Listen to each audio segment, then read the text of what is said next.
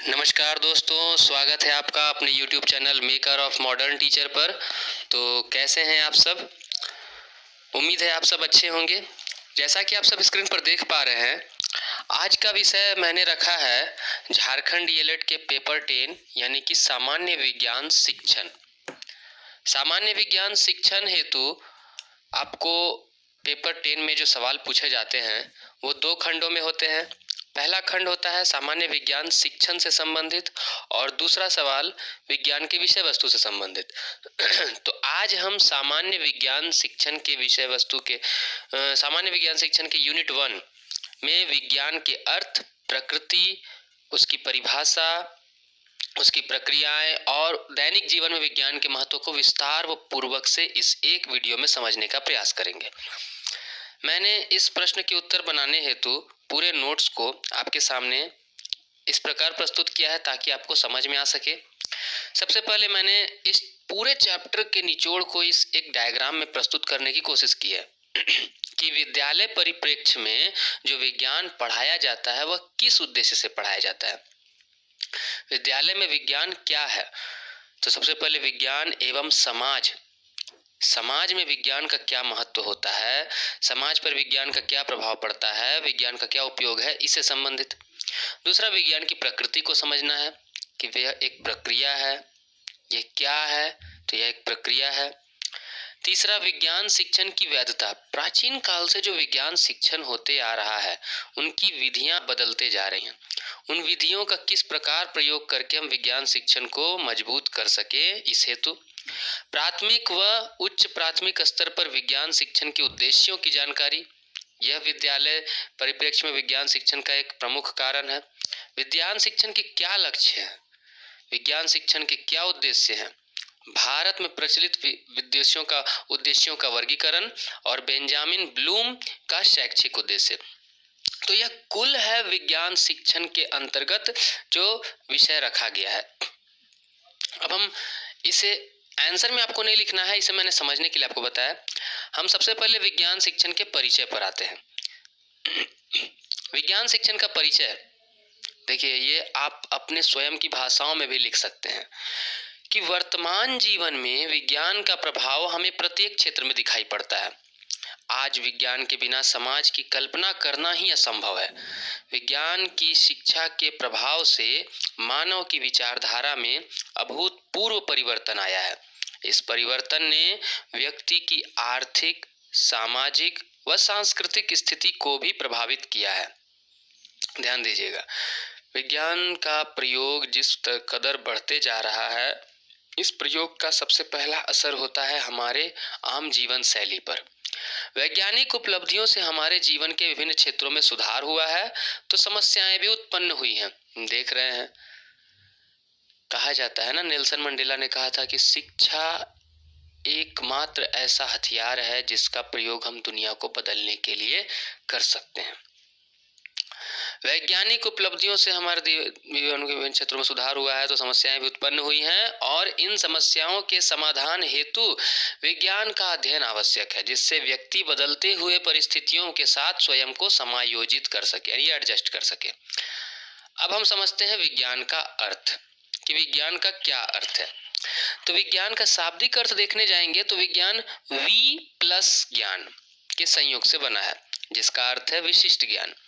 विज्ञान की उत्पत्ति साइंस से हुई है, जो कि लैटिन भाषा के साइंटिया से उत्पन्न हुआ है, जिसका अर्थ है नॉलेज अर्थात ज्ञान। अब ऑक्सफोर्ड विद्यालय के लॉर्ड बुलाक के अनुसार विज्ञान आधुनिक मनुष्य की सबसे बड़ी सांस्कृतिक व बौद्धिक उपलब्धि है। ये ऑक्सफोर्ड यूनिवर्सिटी के लॉर्ड बुलाक ने इसको कहा है कि विज्ञान आधुनिक मनुष्य की सबसे बड़ी सांस्कृतिक व बौद्धिक उपलब्धि है। विज्ञान और उसकी प्रकृति के बारे में एनसीएफ 2005 में इस प्रकार लिखा गया है कि विज्ञान एक जीवंत, नए से नए अनुभवों के अनुसार विस्तार पाता हुआ गतिमान ज्ञान है। मतलब अनुभवों के आधार पर यह गतिशील है, लेकिन सवाल यह है कि यह ज्ञान कैसे उत्पन्न होता है, आखिर क्या है वैज्ञानिक प्रक्रिया। अन्य कोई जटिल चीजों की भांति वैज्ञानिक प्रक्रिया को ही हम सभी जगह पाते हैं। इसकी बात तो सभी जगह होती है, लेकिन इसे परिभाषित करना अपेक्षाकृत कठिन साबित हुआ है। हम लोग बात तो करते हैं वैज्ञानिक प्रक्रिया के बारे में, हम लोग विज्ञान विषय, उसकी प्रक्रिया, उसकी प्रकृति के बारे में बात करते हैं, लेकिन उसे समझना अभी भी कहीं ना कहीं कठिन लगता है। मोटे तौर पर इसके कई चरण हैं जो आपस में संबंधित हैं। जैसे कि विज्ञान में जो भी प्रक्रिया होती है, विज्ञान शिक्षण के दौरान जो बच्चा सीखता है वह कुछ चरणों में होता है। जैसे सबसे पहले गौर से निरीक्षण करना, नियमितताओं और पैटर्नों की तलाश करना। सबसे पहले जब भी आप किसी भी चीज को देख रहे होंगे या कर रहे होंगे तो वैज्ञानिक पद्धति क्या बताती है, उसको निरीक्षण करिए। निरीक्षण करने के बाद आप उस कार्य में नियमबद्ध रूप से आप जब देखते जाएंगे, अगले चरण, फिर दूसरे चरण, फिर तीसरे चरण, तो आप पैटर्नों को तलाश करते हैं कि क्या संभावना है क्या संबंध है। संकल्पनाओं को गढ़ना, फिर अपने मन में एक लेट अस सपोज, हम मानते हैं कि, ये जो शब्द है ना, इन संकल्पनाओं को तैयार करते हैं। फिर गणितीय ढांचे तैयार करना, फिर उसके बाद जोड़ तोड़ जो करते हैं, फिर उनसे निष्कर्ष निकालना, नियंत्रित प्रयोग और निरीक्षण के द्वारा उन निष्कर्षों के सही या गलत होने की जांच करना। इस तरह उन सिद्धांतों तक पहुंचना जो वैज्ञानिक जगत को नियमित करते हैं। तो कई चरणों से होकर के वैज्ञानिक प्रक्रिया गुजरती है। कभी कोई सिद्धांत में हमें नए प्रयोग के लिए रास्ता दिखा देता है, तो कभी कोई प्रयोग किसी नए सिद्धांत के लिए नए सिद्धांत को बताता है। सिद्धांत से हमको नया प्रयोग करने को मिल जाता है कभी कभी, और कभी कभी कोई नया प्रयोग होता है तो उससे नया सिद्धांत का पता चल जाता है। विज्ञान में अनुभव एवं अटकलों के लिए भी जगह है। हम लोग एक्सपीरियंस के आधार पर प्रेडिक्शन भी करते हैं विज्ञान में, परंतु अंततः किसी मनोवैज्ञानिक सिद्धांत को सर्वसम्मति से स्वीकार्य होने के लिए उसे उपयुक्त निरीक्षण की कसौटी पर खरा उतरना होगा।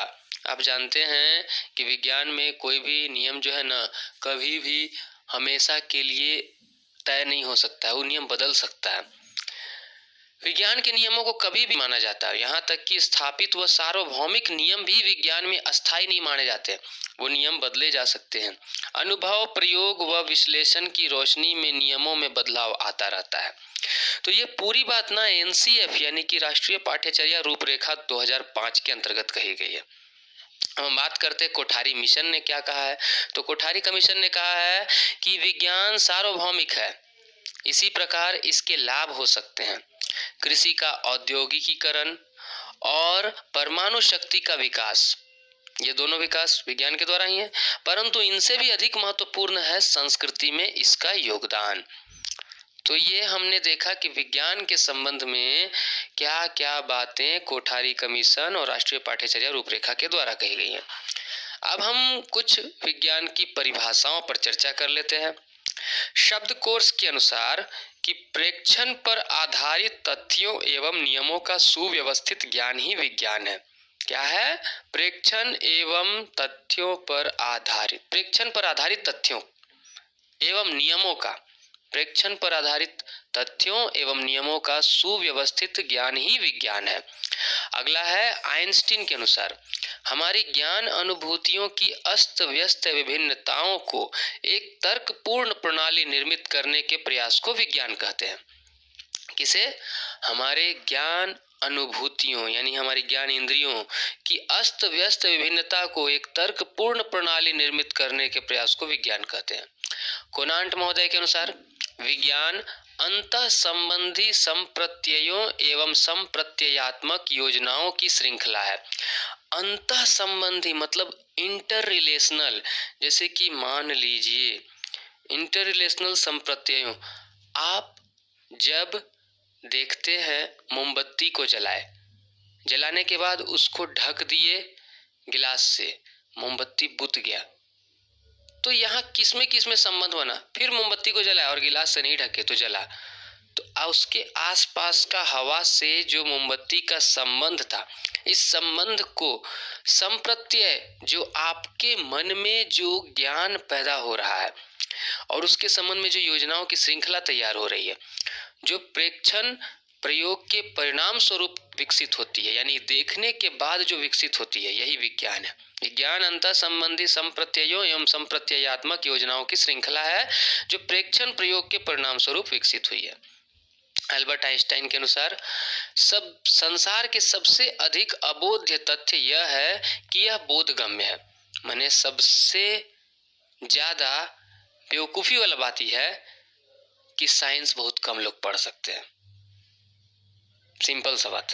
संसार के सबसे अधिक अबोध्य तथ्य यह है कि यह बोधगम्य है। बर्ट्रैंड रसेल के अनुसार हम अत्यंत कम जानते हैं, पर फिर भी आश्चर्य है कि हम इतना अधिक जानते हैं, और उससे भी अधिक आश्चर्य है कि विज्ञान का इतना कम ज्ञान भी हमें इतनी अधिक शक्ति प्रदान करता है। तो मेरे ख्याल से यह सबसे अच्छी परिभाषा है। अब विज्ञान की प्रकृति पर चर्चा कर लेते हैं। तो प्रकृति जो है ना, ये किन तीन चीजों से संबंधित है? विज्ञान के संप्रत्यय यानी विज्ञान का जो ज्ञान होता है, विज्ञान की प्रवृत्ति यानी विज्ञान के जो मेथड होते हैं, और विज्ञान प्रौद्योगिकी एवं समाज में संबंध जो आपस में इंटर रिलेशन होता है। इन तीनों से ही विज्ञान की प्रकृति संबंधित है। सबसे पहले हम आधारभूत संरचना के बारे में चर्चा कर लेते हैं। विज्ञान के प्रथम भाग में ज्ञान, संप्रत्यय, संप्रत्ययात्मक योजना आदि का उल्लेख है। इसमें परिभाषा, ज्ञान, कथन, सीधे अवलोकन कथन, यंत्रीय अवलोकन आदि को संप्रत्यय कहा जाता है। संप्रत्यय सीधे सीधे अर्थों में समझिए कि जो भी किसी वस्तु को देख करके उसके बारे में आप समझ रहे हैं या सोच रहे हैं या जान रहे हैं, वही उसका संप्रत्यय है। बायोलॉजिकल साइंसेस करिकुलम स्टडी के अनुसार प्रत्यय पहला नंबर समय के साथ जीवों में परिवर्तन यानी जैव विकास को जानना, दूसरा जीवों में आकार यानी समानता को समझना, सजीवों एवं वातावरण में परिपूरकता यानी कि सजीव का वातावरण के साथ क्या संबंध है इसको समझना, चौथा आनुवांशिक क्रमबद्धता, पांचवा व्यवहार का जैविकीय आधार, छठा संरचना एवं कार्य परिपूरकता, सातवां नियमन एवं परिवर्तन के साथ जीवन संरक्षण, आठवां विज्ञान की खोज, नौवां जैविक संप्रत्यय का इतिहास। देखिए, ये विज्ञान की प्रकृति को समझने से पहले मैंने आपको बताना शुरू किया कि विज्ञान की प्रकृति में हम मूल रूप से क्या क्या जानते हैं। आधारभूत संरचना, विज्ञान का सबसे बेसिक इकाई, सबसे मूलभूत मौलिक इकाई क्या है? संप्रत्यय को जानना, कि हमको सीखना क्या है। तो हम उसके अंतर्गत सीखते हैं इन बातों को, जो ये 8-9 पॉइंट है, कि जीवों में परिवर्तन कैसे हो रहा है यानी जैव विकास कैसे हो रहा है, जीवों के आकार प्रकार के बारे में जान रहे हैं, सजीव और वातावरण के संबंध को समझ रहे हैं, उनके व्यवहारों को समझ रहे हैं, उनकी संरचना और कार्य प्रणाली को समझ रहे हैं। ये सारे चीज विज्ञान की आधारभूत संरचना यानी कि विज्ञान के संप्रत्यय हैं। दूसरा विन्यासात्मक संरचना, इस वैज्ञानिक खोज जैसे मापन, अवलोकन, वर्गीकरण, परिणाम, प्राप्ति, भविष्यवाणी, प्रयोग और संचालन। मतलब क्या? विन्यासात्मक संरचना के अंतर्गत हो गया कि हम इन चीजों को जानने के लिए जो कार्य कर रहे हैं, क्या कार्य कर रहे हैं, ये प्रविधि हो गया यानी कि मापन, मापते हैं, अवलोकन, निरीक्षण यानी देखते हैं, वर्गीकरण, क्लासिफाई यानी कि अलग अलग करते हैं, परिणाम यानी कि उससे कुछ रिजल्ट प्राप्त करते हैं, इन सब के बारे में, और प्रेडिक्शन, मौसम विभाग क्या करता है? पहले निरीक्षण करता है, फिर पहले अवलोकन निरीक्षण करेगा, फिर मन में तथ्यों का निर्माण करेगा, परिकल्पना का निर्माण, फिर उसके बाद भविष्यवाणी करेगा। तो ये विन्यासात्मक संरचना हो गया। और तीसरा है सामाजिक परिप्रेक्ष्य यानी कि विज्ञान का समाज के साथ क्या संबंध है। तो तीन चीजें जो आपको पहले टॉपिक में मैंने बताई कि विज्ञान का प्रकृति जो है वो तीन चीज पर आधारित है। विज्ञान में प्राप्त होने वाला ज्ञान, उस ज्ञान को प्राप्त करने की विधि, और उस विधि और उस ज्ञान के बाद जो समाज पर उसका प्रभाव पड़ेगा, समाज के साथ क्या संबंध है, इससे आधारित होता है। विज्ञान समाज और मनुष्य दोनों को प्रभावित करता है, क्योंकि यह एक विद्या शाखा है, इसमें ज्ञान का भंडार है, और इसमें वैज्ञानिक प्रविधि द्वारा नवीन संप्रत्ययों की खोज होती है, विज्ञान और समाज में अंतरक्रिया होती है। तो कुल मिलाकर के हमने विज्ञान के प्रकृति को देखा। साधारण रूप में विज्ञान की प्रकृति क्या कही जाएगी? कि विज्ञान में किसी भी विषय के संबंध में प्राप्त होने वाला ज्ञान उसका आधारभूत संरचना या संप्रत्यय है। उस ज्ञान को प्राप्त करने के लिए जो विधि या प्रविधि प्रयोग की जाती है वो वैज्ञानिक प्रक्रिया है, और उस प्रक्रिया और ज्ञान के फलस्वरूप समाज के ऊपर जो प्रभाव पड़ता है वह समाज के साथ उसका संबंध है। अब विज्ञान के गुण पर बात करते हैं। वस्तुनिष्ठता। वस्तुनिष्ठता यानी कि यह अध्ययन पूर्णतः निष्पक्ष और पूर्वाग्रहों से मुक्त होता है। अटकल मानते हैं कि विज्ञान में अटकल होता है, लेकिन फिर भी विज्ञान जब तक नियमों के आधार पर परिणाम प्राप्त नहीं कर लेता है तब तक वह मानता नहीं है। परिणामों के आधार पर नियमों का निर्माण होता है। दूसरा, निश्चयात्मक। इसमें परिणाम निर्धारित परिस्थितियों में निश्चित होते हैं। निर्धारित परिस्थितियों में निश्चित होते हैं मतलब किसी भी नियम का निर्माण जो है ना वह किसी एक कंडीशन या किसी एक स्थिति में होगा। तीसरा है सत्यापनीयता। परिणामों को पुनः जांचने का यह एक विधि है विज्ञान के अंतर्गत। कोई भी वैज्ञानिक अपने द्वारा किए गए प्रयोग के बाद जो परिणाम प्राप्त होता है उस परिणाम की सत्यता जब तक जांच नहीं कर लेता है तब तक उस परिणाम को पूर्णतः सत्य नहीं मानता है। सामान्यीकरण। किसी भी परिणाम, नियम अथवा सिद्धांत की उचित व्याख्या की जा सकती है, यानी कि अगर विज्ञान में कोई नियम बनाया गया तो वो हर एक स्थान पर समान होगा। भविष्यवाणी की क्षमता। और अगर कोई नियम बन गया तो उसके आधार पर अगली किसी भी घटना की हम भविष्यवाणी कर सकते हैं जो उससे संबंधित हो। तो आगे हम पढ़ते हैं वैज्ञानिक प्रक्रिया के बारे में। विज्ञान की जो प्रक्रिया, सबसे पहले हम पढ़े ना, विज्ञान में ज्ञान प्राप्त करने के लिए जो भी हम ज्ञान प्राप्त करते हैं उसको संप्रत्यय कहते हैं। उसको प्राप्त करने के लिए जो विधि प्रयोग करते हैं उसको हम प्रक्रिया कहते हैं। तो विज्ञान मानव संरचना तथा मानव प्रक्रिया है। विज्ञान संसार को देखने का दृष्टिकोण है जिसके मूल में प्रश्न पूछना, उत्तर ढूंढना और प्रयोग करना है। यानी कि विज्ञान में मूल रूप से 3 कार्य होते हैं। क्या क्या होता है? प्रश्न पूछना, और प्रश्न के उत्तर को ढूंढने लगेंगे तो आप तथ्यों को एकत्र करेंगे, और तथ्यों को एकत्र करेंगे तो उसके बाद जो भी आपको ज्ञान प्राप्त होगा उसका प्रयोग करेंगे। विज्ञान को एक मुख्य मानव प्रक्रिया के रूप में पहचानना और पढ़ाना चाहिए जो मानव अनुभव के क्षेत्र को खोज करती है। इससे सुव्यवस्थित ही नहीं बल्कि कल्पनात्मक ढंग से चित्रित करती है एवं एक सुसंगत चिंतन द्वारा ज्ञान की प्रणाली के रूप में स्थापित करती है। तो देखिए क्या होता है, खोज। जब भी किसी प्रश्न को पूछा गया तो उसके उत्तर को निकालने के लिए हम खोजना शुरू करेंगे। खोजने के क्रम में कई सारे तथ्य ज्ञान मिलेंगे, उनका एकत्रीकरण करेंगे। फिर उसके बाद उसका सामाजिक, सांस्कृतिक एवं शक्ति का मूल भाव। कहने का मतलब जब हम उसका प्रयोग करते हैं तो हमको समाज के ऊपर क्या उसका प्रभाव पड़ता है इसका जानकारी मिलता है। यही है वैज्ञानिक प्रक्रिया। अतः हम कह सकते हैं कि अवलोकन करना और कल्पना करना वैज्ञानिक प्रक्रिया का अभिन्न अंग है। अब देखिए, शुरुआत करते हैं इसको एक चक्र के रूप में समझने के लिए।